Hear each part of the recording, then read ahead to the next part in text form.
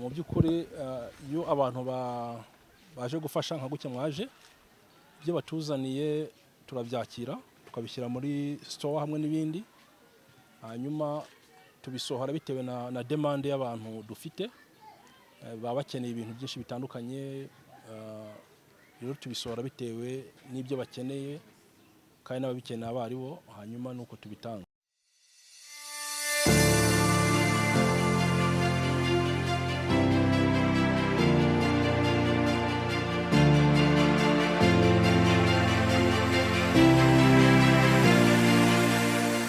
Ibibazo mwahuye nabyo by'ibiza by'abantu bahuye n'ibiza hamwe na Limax Kigali Protocol kugira ngo tugire umusanzu kugira ngo twese hamwe tugire umusanzu dutanga kugira ngo twifatanye n'abahuye n'ibiza n'abantu bahuye n'ibiza.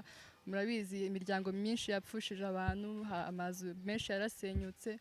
Rero nka Limax Entertainment bifuje gufatanya natwe Kigali Protocol kugira ngo tugire umusanzu dutanga nkatwe nk'abanyarwanda twese kugira ngo byose hamwe bifashe mu iterambere ryacu. Rero ntavuze byinshi ndumva naha umuyobozi wa Limax Entertainment akababwira byinshi kuri byo ku muryango we mukabasha kubimenyaho neza. Murakoze. Murakoze cyane. Maze gushuza abakuru b'aka gace. Muragerageza kunyihanganira kuko ikinyarwanda cyanjye nta kimeze neza cyane ariko noneho ngerageza kukivuga bishoboka. Tukimara kumva ko muri aka gace habaye ibibazo by'ibiza, burya ikibazo kibaye ku munyarwanda kiba kibaye kuri munyarwanda wese aho atuye, yaba atuye mu Rwanda yaba atuye hanze y'u Rwanda, ariko no kiba kimubayeho buri wese kuko amaraso yacu namwe buri wese arayagize icyo ashira mu nda, then ibindi bikaza kugira ute bigaza gukurikiraho nyuma. Ubwo nsobanuye ku muryango wa Limax hariho tugira inzego zitandukanye kuhagera ngo tuhave tudafashije byaba ari ikibazo gikomeye. Tuza kwifatanya mu Rwanda n'umuryango wa Kigali Protocol kugira ngo tuzigire ute tubone ko iki kibazo twakora mu byo dufite tukagira abo dufashije umwe babiri bikaba byagira ute byaba ari imigisha kuri twebwe ndetse no kuri abo bantu. Ntekereza nayo magambo muri rusange bwo nari mfite kuba nagira ute nababwira kandi murakoze cyane. Mu Karere ka Rubavu tuje mu gikorwa cyo gusura abantu bahuye n'ibiza, ariko by'umwihariko hari abayobozi ba Kigali Protocol yaduhurije ahangaha ndetse na bagenzi babo bavuze ngo tuze nk'umutima mwiza wo kwegera abanyarwanda bene wacu bahuye n'ibibazo. Twagira ngo mudusobanurire uburyo ki procedure buze gukurikizwa kugira ngo bino biryo bitangwe, niba Kigali Protocol yabizanye na Limax ariko bakabishyira mu maboko yanyu. Hari benshi baba barimo gutekereza ngo biraza gutanga mu buhe buryo, nta kuntu babahiswemo abantu runaka bibuze guhabwa cyangwa se hari ubundi buryo bwahiswemo bwo kugira ngo bize kuza gutangwa. Biri mu maboko yanyu, mudusobanurire uko bigenda kugira ngo natwe dusobanukirwe. Murakoze. Nitwa Nzabahimana Evariste, ndi umunyamabanga nshingwabikorwa w'umurenge wa Rugerero.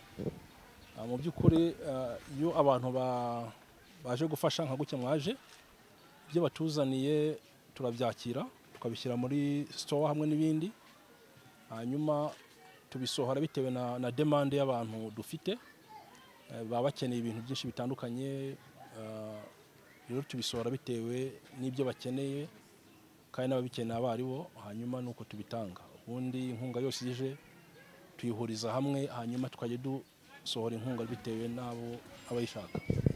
Nyakubahwa muyobozi w'umurenge, hari ibintu byagiye bigaragara mu mirenge imwe n'imwe yo twavuga niyo mu gace katari kagera mu miji, uko iyo byamaje kugera mu miji hari procedure zikurikizwa cyangwa se hari izindi mboni ziba zihari.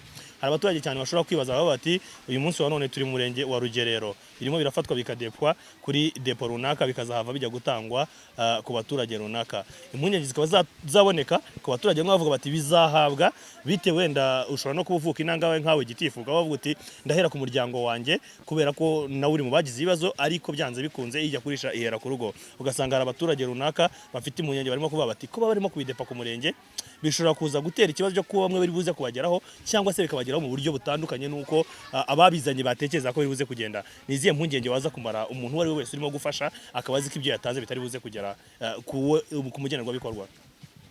ahubwo izo mpungenge yakomye guhita azishira bitewe n'uko nk'uko nabasobanuriye inkunga yo tuzibonye cyangwa se ubundi buryo bwose leta yatanze bwo gufasha abantu. Hano dufite ubundi mu karere harimo site ebyiri ariko bose depo yabiba hano. Izi depo rero mureba zirinzwe mu buryo bwizewe cyane, harimo abakozi ba minema, n'abakozi b'akarere n'izindi NGO zimwe na zimwe zaje gufasha muri iki gikorwa.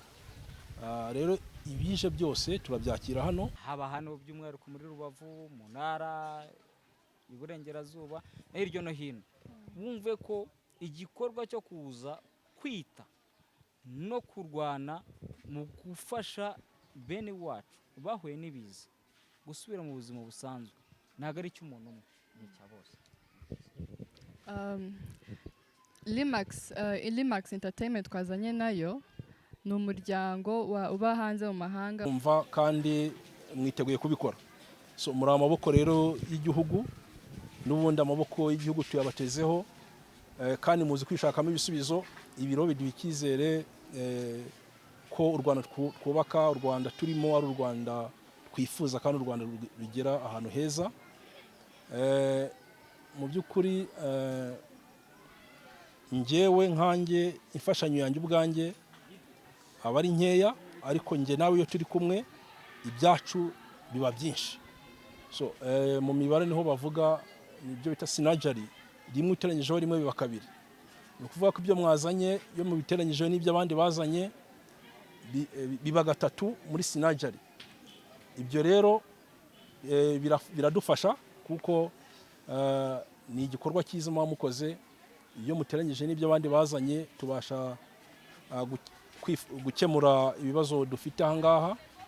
Birahari, ariko nk'uko umuyobozi w'igihugu cyacu nyakubahwa Paul Kagame aheruka kudusura, yavuze ko yatanze umurongo mugari, avuga ko aba bantu bari aha ariko hagiye gukorwa ibishoboka byose mu gihe kitarambiranye bagasubira mu byabo. Ibyo rero birimo bikorwa n'inzego zitandukanye kandi tubona mu by'ukuri biri kugenda neza. Turizera ko bari abantu mu gihe cya vuba cyane bari busubire mu byabo. Tubaha ikaze mu murenge wacu wa Rugerero. Mu by'ukuri twahuye n'ibiza ku itariki 2 zishyira 3 z'ukwa gatanu 2023. Ni ibiza byatewe n'imvura yaguye cyane, duhana rero imbibi n'umugezi wa Sebeya. Umugezi wa Sebeya waruzuye, hanyuma amazi asenyera abantu benshi aha ngaha. Dufite imiryango igera ku 1,823 amazu yabo yasenyutse. Hari abo dufite bari muri site, ariko hari n'abandi babashije kujya mu nshuti, mu bavandimwe no kwikodeshereza. Ariko abo bose leta hari ubufasha bageneye, ubu baritabwaho. Bafite ibyo kuryamaho, ibikoresho by'isuku, ibikoresho bibafasha mu buzima busanzwe no kurya. Ibyo byose leta irabikora. Turabashimira nk'itsinda mwaje muje n'ubundi kudufata mu mugongo. Tubaha ikaze rero muri umurenge wacu wa Rugerero. Murakoze. Abo mucumbikiye bahuye n'ibiza babashe kugera ku buzima kuri standard byibura batangira ubuzima nk'abandi. Urakoze cyane. Mu by'ukuri icyo twebwe biduha nk'urubyiruko nk'ubuyobozi, iyo tubonye urubyiruko nkamwe muzanye muje gusura abantu bahuye n'ibiza, abanyarwanda bene wanyu, bene wacu, biduha icyizere cy'ejo hazaza ko u Rwanda turi kubaka, u Rwanda rufite icyerekezo. Turabafite hariya, bakeneye ibintu byinshi bitandukanye. Ibikenewe rero nibyo dutanga kugira ngo ubwo n'uburyo bwahiswemo kugira ngo ducungime ibi bintu bibagenewe.